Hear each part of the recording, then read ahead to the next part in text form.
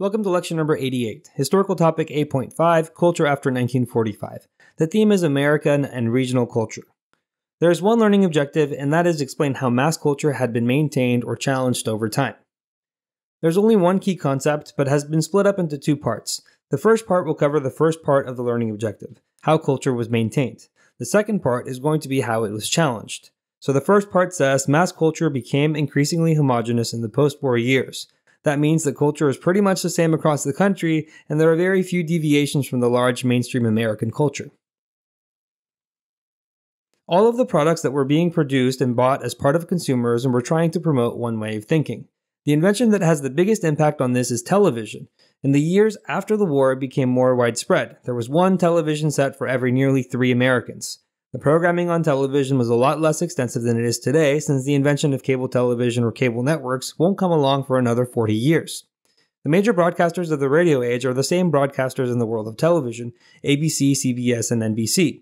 Since there are such few networks, most Americans watched one of these 3 networks for their nightly news. There was less variation in the stories they covered and weren't slanted as one grows to expect from a cable news channel.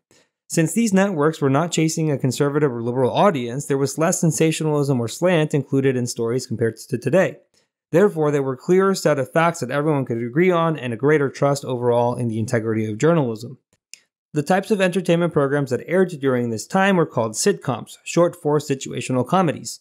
A lot of these early sitcoms portrayed mostly white actors and families and promoted more traditional gender role structures. For example, one of the most popular post-war television shows was Leave It to Beaver. It centered around the hijinks and adventures of a young boy named Theodore Cleaver, nicknamed Beaver. He had an older brother, Wally, and his family lived in the suburbs. His dad would commute to work and only be home in the evenings, while his mom was a stay-at-home mom. Finally, television programs promoted homogeneity in mass culture because it created more opportunities for advertising. The advertising that was aired in the form of commercials between television programs were starting to reach more and more people, so all of the products that were advertised were also bought by more people. It created a shared experience across America. Everyone had the same news sources, watched the same forms of entertainment, and used the same products. Next after television are developments like the mass production of paperback books and vinyl records. The publishing company Penguin was the most influential in the rise of paperback books, and it was founded in 1935 in England. The war put a pause in their operations, but after the war, their publishing of cheap paperbacks made certain books more accessible. Because they were more accessible, they are now more widely read, and therefore created more homogeneous national culture. Vinyl records have a similar impact on the music industry. It allows for the growth of celebrity of popular singers like Elvis. He gained major popularity in the 1950s through his adaptations of various music styles, blues, country, and R&B. His popularity hits a new level when he adds some swinging of the hips in television performances, which makes the girls go wild in the 1950s. Another reason why culture was so homogeneous is because of the Red Scare. It encouraged Americans to conform, lest someone else cast suspicion on them for not fitting the expected mold of what an American is. Even the suspicion that one may be a communist could have major negative professional repercussions, especially if one worked in the federal government. People were expected to act a certain way, listen to a certain kind of music, watch certain kind of television shows, and over time, there's going to be dissatisfaction with this ideal life that people thought that they should be living. The facade of the television Perfect America does have its cracks, and they're put under the microscope in John Kenneth Galbraith's book, The Affluent Society, published in 1958. Galbraith sheds light on the ways in which the United States was failing to fix larger problems like poverty and inequality. The Affluent Society will later inspire President Kennedy and President Johnson to push for more programs that helped Americans who were struggling. The second half of this key concept says, this homogeneous mass culture inspired challenges to conformity by artists, intellectuals, and rebellious youths. There's a big variety of writers that make up the foundation for this counterculture. J.D. Salinger wrote Catcher in the Rye in 1951.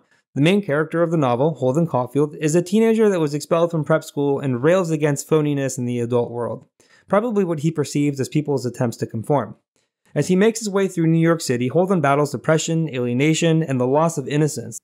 That final theme is what is alluded by the title of the novel.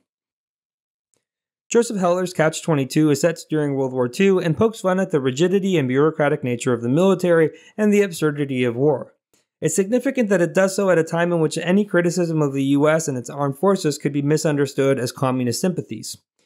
The beat movement of the 1950s was a cultural and literary movement that was inspired by jazz, Eastern spirituality, and a rejection of materialism. Beats lived in a way that was almost opposite to the social contemporary expectations. Major figures in the movement were writer Jack Kerouac and poet Allen Ginsberg.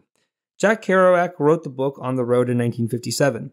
It followed the adventures of a young writer across the U.S. searching for freedom and meaning.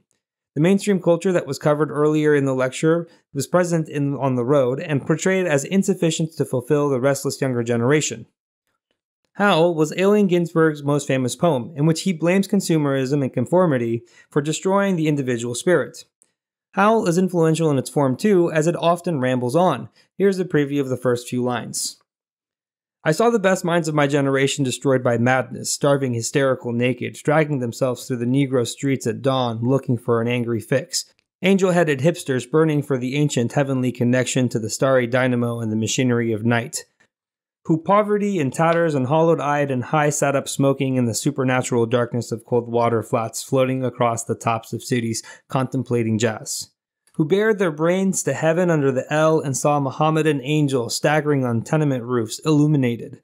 Who passed through the universities with radiant cool eyes hallucinating Arkansas and Blake Light tragedy among the scholars of war.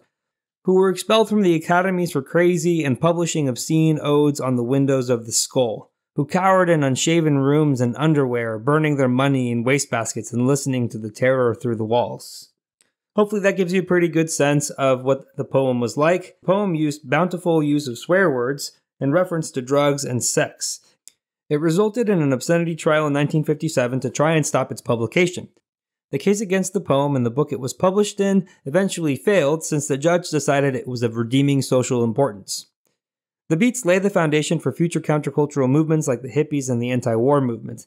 The hippies of the 1960s are very similar to the beatniks except for they substituted jazz with rock and roll, and they also started to experiment with more serious drugs and hallucinogens, like LSD. The writer Kent Kesey, who wrote One Flew Over the Cuckoo's Nest in 1962, bridges the two movements. He was active in the 1950s and was friends with a lot of the beat writers, but he also continues his work into the 1960s. His book, One Flew Over, is also a criticism of conformity in society. It follows Randall McMurphy as he is instituted in an insane asylum after he claims insanity to get out of prison. Once inside the institution, he continues his deviant behavior, and in trying to disrupt the routines instituted by the head nurse, it led to a legitimate diagnosis that kept him in the asylum beyond his sentence. Finally, here's the recap. Due to technological changes like the television, American culture became homogenous. The picturesque Leave It to Beaver suburban life was not the reality for all, and rebellion or counterculture arises in opposition to conformity. Finally, beatniks and hippies yielded cultural contributions and the rebellion against conformity. Thank you for watching. If you would like to watch the next lecture, you can click the video link on the screen. And if you're looking for more practice to help you on the AP exam, you can visit apushslides.com. I wish you the very best in all of your studying and look forward to seeing you back in the next lecture.